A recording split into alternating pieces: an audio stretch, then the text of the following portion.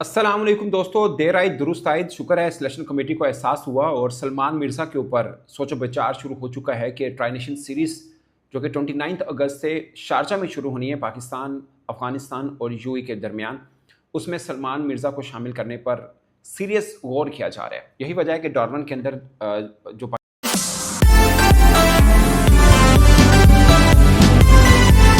अस्सलाम वालेकुम दोस्तों, देर आए दुरुस्त आए। शुक्र है सिलेक्शन कमेटी को एहसास हुआ और सलमान मिर्ज़ा के ऊपर सोचो विचार शुरू हो चुका है कि ट्राई नेशन सीरीज़ जो कि 29 अगस्त से शारजा में शुरू होनी है पाकिस्तान, अफ़गानिस्तान और यूएई के दरमियान, उसमें सलमान मिर्ज़ा को शामिल करने पर सीरियस गौर किया जा रहा है। यही वजह है कि डॉर्मन के अंदर जो पाकिस्तान की शहीन टीम गई जिसमें सलमान मिर्ज़ा शामिल थे, मगर उनको रखा गया है अकेडमी में ही। उनकी थोड़ा बहुत बॉलिंग के ऊपर जो काम है वो हो रहा है और बाकी वसीम जूनियर को उनके साथ भेजा गया है डॉर्मन की टीम के साथ। ये अपडेट वसीम जूनियर वाली तो खैर 1-2 दिन पुरानी है, मगर नई अपडेट ये है कि सलमान मिर्ज़ा के बारे में ये गौर किया जा रहा है कि इनको पाकिस्तान टी20 टीम में शामिल किया जाए, क्योंकि आगे फिर एशिया कप भी है। और मुझे भी ज़्यादातर मैं उस वक्त भी हैरान हुआ था जब बांग्लादेश के खिलाफ इतनी अच्छी परफॉर्मेंस के बाद 3 मैचेस में 7 विकेट्स हैं और आप इनका डोमेस्टिक रिकॉर्ड भी उठा के देखिए, 26 टी20 डोमेस्टिक मैचेस में 46 विकेट्स हैं इनकी, 6.9 की इकोनॉमी है, 13 यानी 13 की एवरेज है। इतना डेकोरेटेड इनका डोमेस्टिक रिकॉर्ड है और मैं सिर्फ इसलिए कह रहा था 31 बरस के ये हो चुके हैं। आप इनको ये नहीं कह सकते इनको मजीद पॉलिश करने हैं या इनके ऊपर अभी इनको और लंबा चौड़ा खिलाना है, जो भी है शायद 2-4 बरस ही हो इनके जो जितने फास्ट बॉलर के होते हैं। और अभी वो अच्छी फॉर्म के अंदर भी हैं, पीएसएल में अच्छी बॉलिंग की है, इंटरनेशनल में अच्छी बॉलिंग की है, तो आप उनसे फायदा अभी उठाएं तो ज्यादा बेहतर रहेगा, जैसे कि आप इनको लिंगर ऑन करें और फिर बाद में उनकी क्रिकेट इतनी कहाँ है। बैट्समैन हो तो मान के चलते हैं कि यार 31 बरस का भी कोई बात नहीं, 7-8 साल खेल सकते हैं, मगर वो फास्ट बॉलर है। फास्ट बॉलर को हम 34 बरस 35 बरस तक आइडियल, मतलब इससे ऊपर हमने बहुत कम खेलते हुए देखे, वो भी बहुत बड़े बड़े नाम हो तब खेल पाते हैं।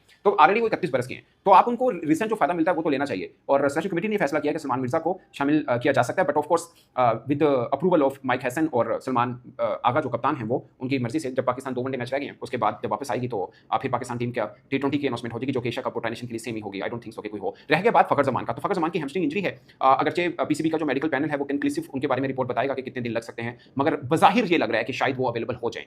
आई होप कि वो हो जाए, पाकिस्तान के लिए बहुत जरूरी है अगर वो अवेलेबल हो जाते हैं। अगर ट्राई नेशन के लिए ना भी होते, इतनी जल्दी नहीं है, आप उनको एशिया कप के लिए भी ला सकते हैं। बट फिर वो सवाल होगा बाबर आजम के फैंस के लिए कि अगर फखर जमान है तो क्या फिर बाबर आजम टीम में आएंगे।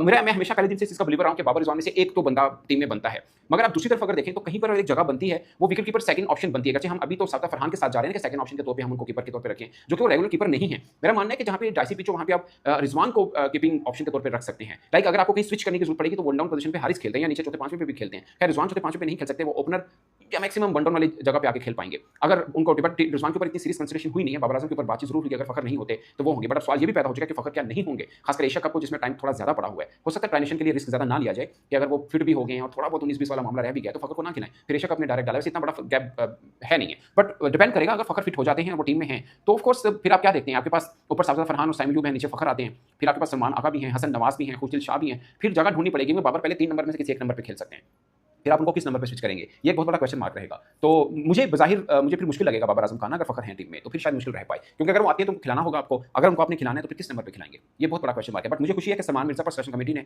थोड़े होश के नाखून लिए हैं। मैं समझ से मुझे आप सोचिए एक लम्हे के लिए, सलमान मिर्जा और शहीन शाह अफरीदी, इन दोनों का अटैक हो, तीसरे फास्ट बॉलर आपके पास हारिस हो, खुदा का वास्ता है ये जो सिर्फ 3 रेगुलर बॉलर के साथ जाते हैं ये छोड़ दें। अच्छी टीमों के खिलाफ बुरे से नाकाम होंगे, जैसे वनडे हम जीता जरूर है वेस्ट इंडीज के खिलाफ, लेकिन किसी तगड़ी टीम के खिलाफ यही कॉम्बिनेशन के साथ मुझे नहीं लगता हम जीत सकते हैं। सेम टी20 में है, आप 4 रेगुलर बॉल के साथ जाएं, ऊपर शहीन है, फिर साथ में सलमान मिर्जा, नई बॉल के दोनों किलर बॉलर हैं, फिर आपके पास हारिस रऊफ जो हैं वो आपके पास ऑप्शन में है, या आप चौथे 15 के स्क्वाड में शामिल करना है, वसीम जूनियर बेस्ट ऑप्शन है। अगर आपको कहीं पे लगे कि नहीं एक बैटिंग ऐड भी करनी है तो वसीम जूनियर भी आपके पास ऑप्शन के तौर पर मौजूद है। मैं नहीं बिलीव करता कि फहीम अशरफ को आप एज एन ऑलराउंडर तगड़ी टीमों के खिलाफ भी आपको लगता है कि ठीक है वो एज एन ऑलराउंडर काम आएंगे, आई डाउट, बट फिर भी आप 15 के स्क्वाड में उनको रखना चाहें तो रख सकते हैं। बट मेरा मानना है कि शहीन शाह अफरीदी, सलमान मिर्जा, हारिस रऊफ, ये 3 बॉलर हो गए, चौथे आपके पास सुफियान मुकीम हो गए, ये 4 बॉलर पूरे। बाकी टी20 है, आप साइम यूब के साथ भी जाते हैं, आप अगर खुशदिल शाह को खिला रहे हैं उनके साथ भी ओवर कर लेते हैं, सलमान आगा खुद कप्तान वो भी ओवर कर लेते हैं, तो 2-2 3-3 करके 5-6 ओवर गुजार सकते हैं। तो 4 ओवर चाहिए बट ये 5-6 ओवर गुजार सकते हैं। सो ये 4 बॉलर बाकी ऑलराउंडर्स ये खाता चल सकता है। बट आप अगर इस तरह से जाएं कि नहीं 2